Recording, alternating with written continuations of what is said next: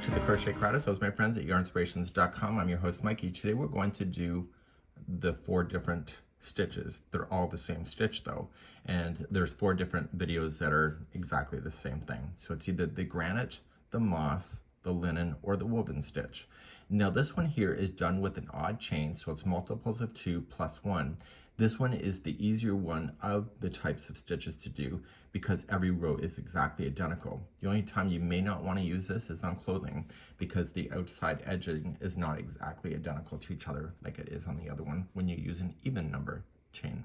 So let's begin this process, and this is really quite simple, and let's grab our crochet hook and play. To do this stitch, you're going to chain in multiples of 2 and then add 1 at the end. So go 1, 2, 1, 2, 1, 2, 1, 2, 1, 2, and 1, 2. When you're happy with the width of it, just add 1 more, and yes, you could just count an odd number 2, that'll work. So just lay it against something and then you'll get the right size. So we're going to start immediately, and we're going to begin row number 1.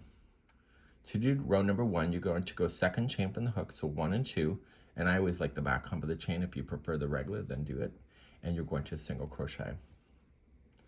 You're going to chain 1 and skip 1 and single into the next.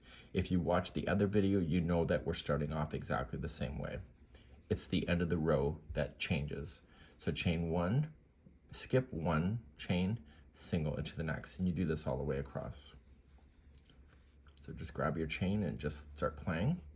And it's the last 2 stitches that are going to change it from the other video that we had on this. So you're going to notice you're going to get all the way across, and you'll have 3 chains that are left. You've chained 1, you're going to skip 1, and you're going to single crochet the next. And you're going to notice is that there's an extra chain there. You want to use that, and you're going to single crochet in there. And it'll make sense in just a few seconds from now. So you basically, the last 2 stitches are a single crochet. Let's turn our work and begin the next row. To do the next row, it's always going to be the same now, going forever and ever.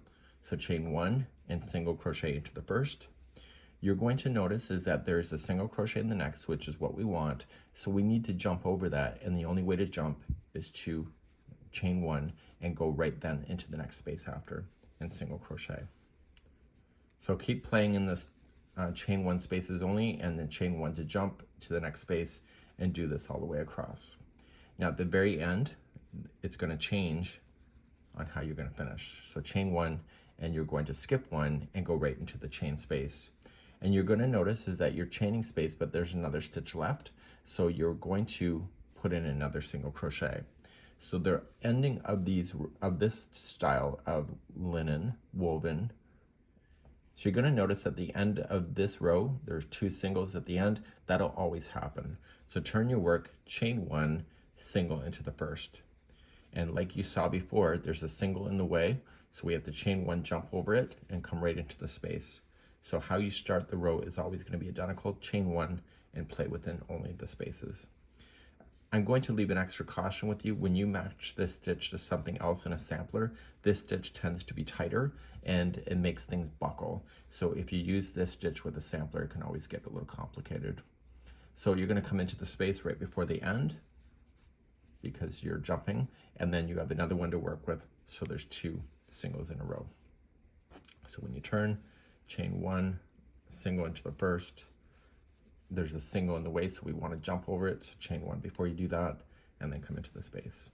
So you can do this until the cows come home. It's a great stitch to do. It's used in a lot of clothing, scarves, and more, and it's just really nice, easy, and it has some flexibility, but it's also really quite quick because you have the chain work in between the stitches as well. Just don't forget there's 2 singles in a row at the end of each row, and that's how you're going to do it.